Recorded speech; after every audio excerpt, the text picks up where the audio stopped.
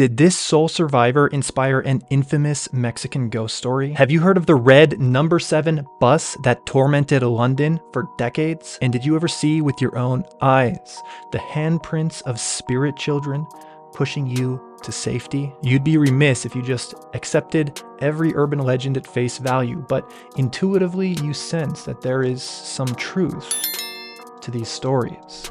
And you are watching The Moonlit Ghost.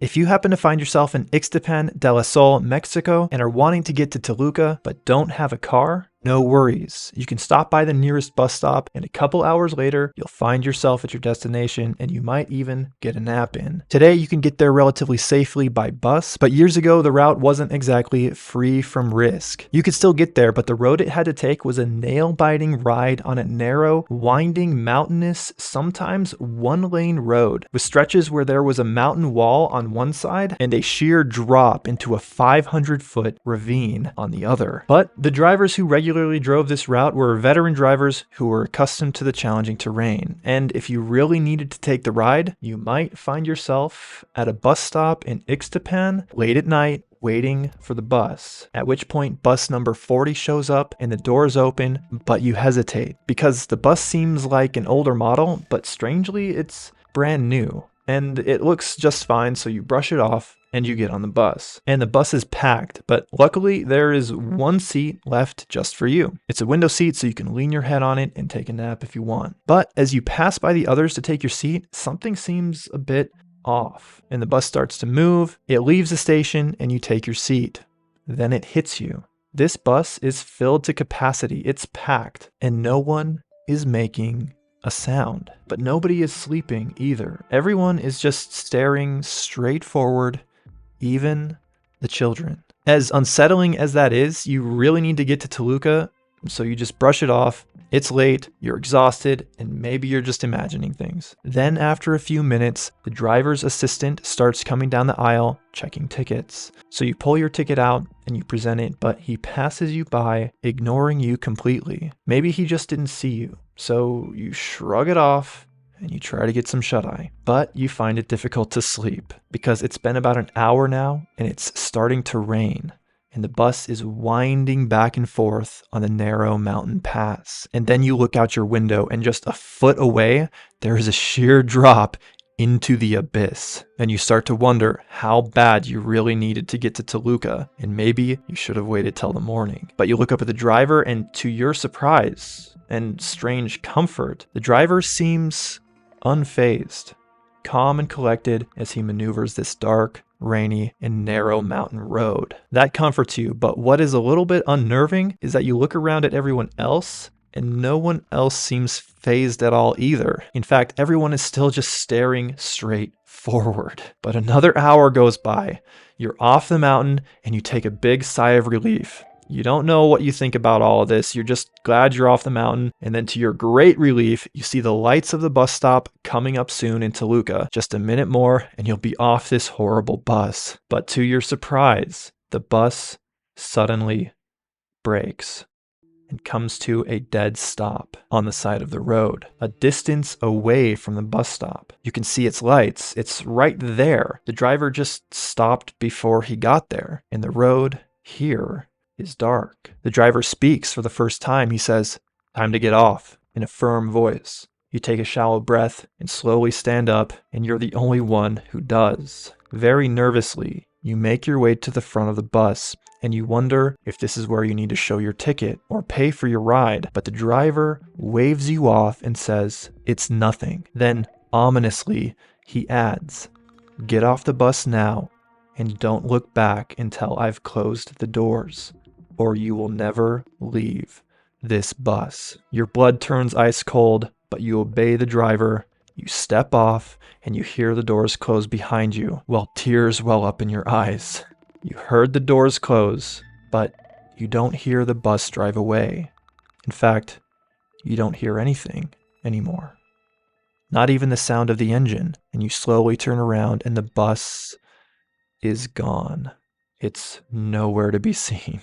But if you were someone else who didn't get off the bus as instructed or who looked back before the doors closed, you would have turned around and seen that everyone on the bus was a gnarled, charred, and disfigured corpse, and an otherworldly power pulls you back in, and the doors close right behind you, trapping you inside bus number 40 forever. Or so says the urban legend, which springs from one fateful day in May of 1963, when Jose Almendez and his mother boarded bus number 40 in the middle of the night as it started to rain. The door opened and the driver motioned them to get on, and they did. There were only a couple seats available, and they sat down, and because it was late, they decided to try to get some sleep. But they couldn't because there was a feeling of dread in the air. The rain picked up and growing tension throughout the bus filled the air as every moment passed while the bus made its way up the mountain. Up until this point, the driver remained cool and collected, but in an instant, just as they had started their way down the mountain, the driver turned white with fear and he shouted, "The brakes have failed!" And there was a sharp turn up ahead, and with all his might, the driver turned the wheel to make the curve, but the bus was going too fast, and the bus tumbled off the edge of the cliff in the dead of the rainy night, cartwheeling down the mountain, ejecting passengers as it went, and finally smashing into the ground below where it caught fire and exploded. This did happen on this very stretch of road, and police were unable to get to the bus, so the military was called in. They had to rappel down the 500-foot ravine to get to the bus, but the broken bodies of people were strewn all over the area, and it took days to recover everyone. Those who were still on the bus were charred beyond recognition,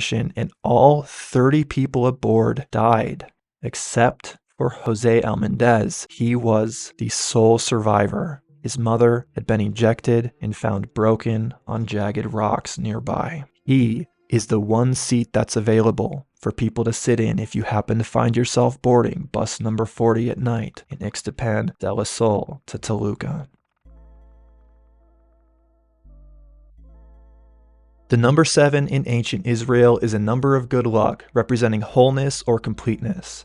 In Greece, it was associated with truthfulness and wisdom.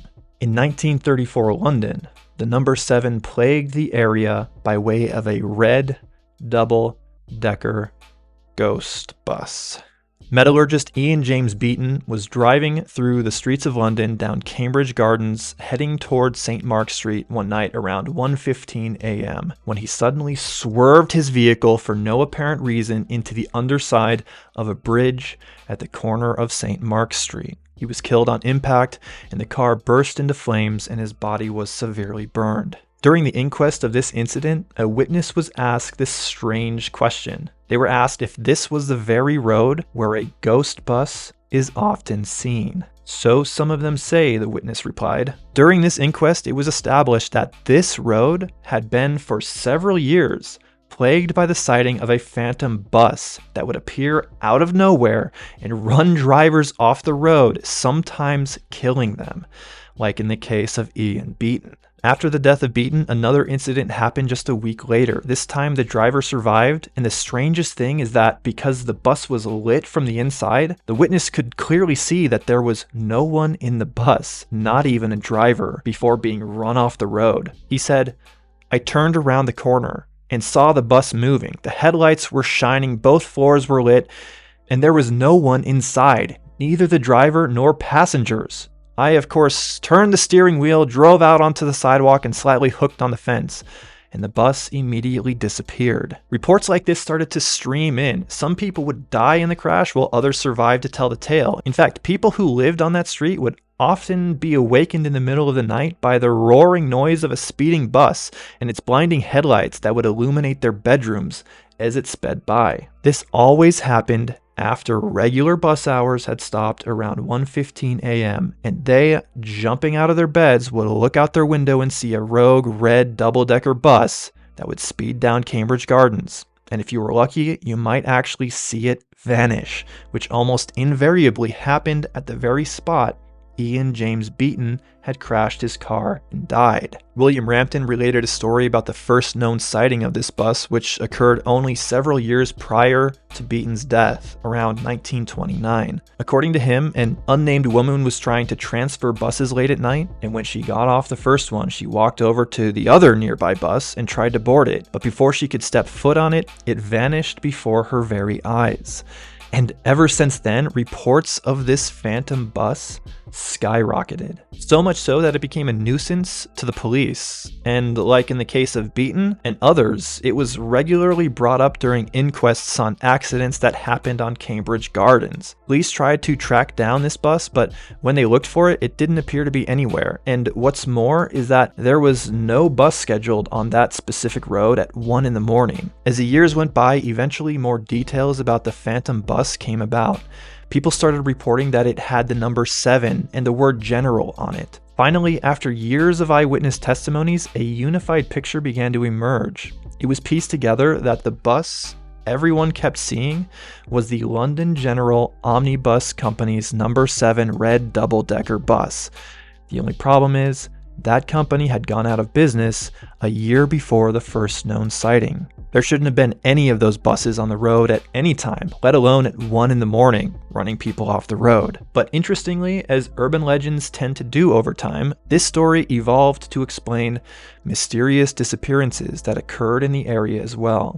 Eventually, reports came about that sometimes the bus would be seen stationary on the side of the road, still in the middle of the night, where people leaving a local bar, often drunk, would see it and would sometimes try to board it, with varying reports. If you happen to be in a compromised mental state and you happen to board the number 7 bus when it vanished, you would vanish along with it. At the end of the day, it's believed that over 100 accidents have occurred since 1933 because of the number 7 London General ghost bus. The city finally, in 1990, made significant changes to the road, making it wider and safer to drive on during the night. This was done as general infrastructure updates, but also because people knew about the killer ghost bus and wanted to alleviate themselves of it. And if you know anything about ghosts, changing the environment has a tendency to get rid of them. And generally speaking, 1990 seems to be the last year that anyone saw the phantom bus. And I have tried to find a historical event that might have served as the springboard to this urban legend, but I couldn't. So if you know anything about it, let me know in the comments below. This final story is fascinating because it combines several very interesting phenomena, not least of which human psychology. You see, legend has it that on the corner of Villamain and Shane in San Antonio, Texas, sometime in the 1930s, a school bus full of children stalled on the railroad tracks and tragically was hit by a speeding train. This was one of the US's worst accidents involving a school bus because all 40 children on board died. But what makes this story so gripping, so visceral, is that you can see for yourself the impact this tragedy had on this very spot, both culturally and metaphysically. You can run your own experiment. You park your car right here in front of the tracks, turn it off, sprinkle baby powder on the bumper, get back in your car, and put it in neutral. As soon as you put your car into neutral, your car will slowly roll uphill over the tracks onto the other side. It's the spirit children who died in this horrible crash, pushing you to safety so you don't get hit by a train. And the best part, the proof, is in the baby powder. Because when you get out on the other side of the tracks and look at your bumper, you will see the handprints of the ghost children pushing you off of the tracks to safety so no one else has to die. The internet is rife with people doing this experiment. People claim it's real and they show the handprints that weren't there before. I even remember seeing this experiment done on TV shows back in the day, and YouTubers are still doing it today. And even though in recent history this intersection has been changed, people love this legend that these lost children continue to help save people. Someone commented on a video about it. These tracks are now recently removed, and I asked for a piece of the track, and a worker kindly took a piece of the track off for me. I have it now as a reminder of a local legend from my life in San Antonio, Texas. For this legend, you have many things coming together in perfect unison. It's almost like a perfect storm. Let me explain. You have a gravity hill where your car rolls uphill if you put it in neutral. Then you have the handprints of the children in baby powder that proves spirits are pushing your car to safety. And you have the event underpinning the story and holding it together. 40 children died here. And then you have the human component, which is our uncanny ability to see things where they may not actually be. You see, this school bus hit by children at this crossing in San Antonio, it never happened. At least, not in San Antonio. The incident that inspired this urban legend happened 1,300 miles away in South Jordan, Utah. What actually happened is that on December 1st, 1938, a school bus driven by Farrell Silcox with 38 high school students on board heading to Jordan High School, driving through the first snowstorm of the winter, approached the tracks near 102nd South and 300 West in South Jordan, Utah. The driver looked through his windshield but didn't see the train, and because he didn't hear a horn, he assumed he was in the clear and slowly accelerated across the tracks, but visibility was limited. As soon as the bus made it onto the tracks, the 85-car freight train, the Flying Ute, which was running 4 hours behind schedule because of the inclement weather, appeared through the fog, and going faster than it should have to make up for time, blasted its horn and put on the brakes, but it was far too late. There was barely any time to react before it tore through the bus. Its steel chassis wrapped around the front of the train while the body of the bus detached, and it was thrown 100 feet into the air, and bodies were strewn a mile along the tracks as the train slowed to a stop, killing the driver and 23 of the 38 students on board. One of the survivors, Margie Groves, 16, reported seeing the train just before it hit and then waking up in a snowbank about a half a mile away, surrounded by twisted metal and screams. You ever wonder why all buses stop before train tracks, even if there's a green light? This is the reason why. Legislators the nation over saw this horrible accident and implemented stricter regulations for bus drivers and how they interact at crossings. Now, almost every state in the US has their own gravity hill, a place where the road and natural surroundings give the illusion that the road is going uphill when in fact it's actually slightly going down. And I imagine people knew about Gravity Hill in San Antonio before this train accident. Then on the front page of the San Antonio Express, I can imagine how easy it would be to think it happened in San Antonio. It only would have taken one person to spread the rumor. And then once this story was distilled into the ethos, someone had a truly brilliant idea to put baby powder on their bumper to see if spirit hands could be detected. Then you do the entire experiment. You slowly roll downhill, thinking you're being pushed uphill by spirit children. Then you check your bumper, and to your amazement, there are handprints on your bumper that weren't there before, and it's amazing.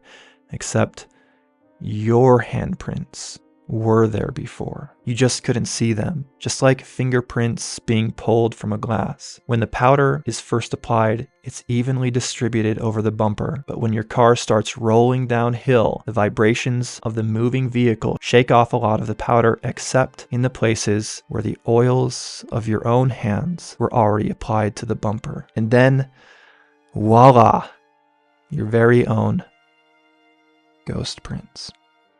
There are often tangible explanations for strange stories, and ghost stories may in large be unpalatable to the intellectual. That said, I can't deny that ghosts are real. I have seen them. I don't know what else to say other than like and subscribe, or I will personally haunt you in your sleep tonight.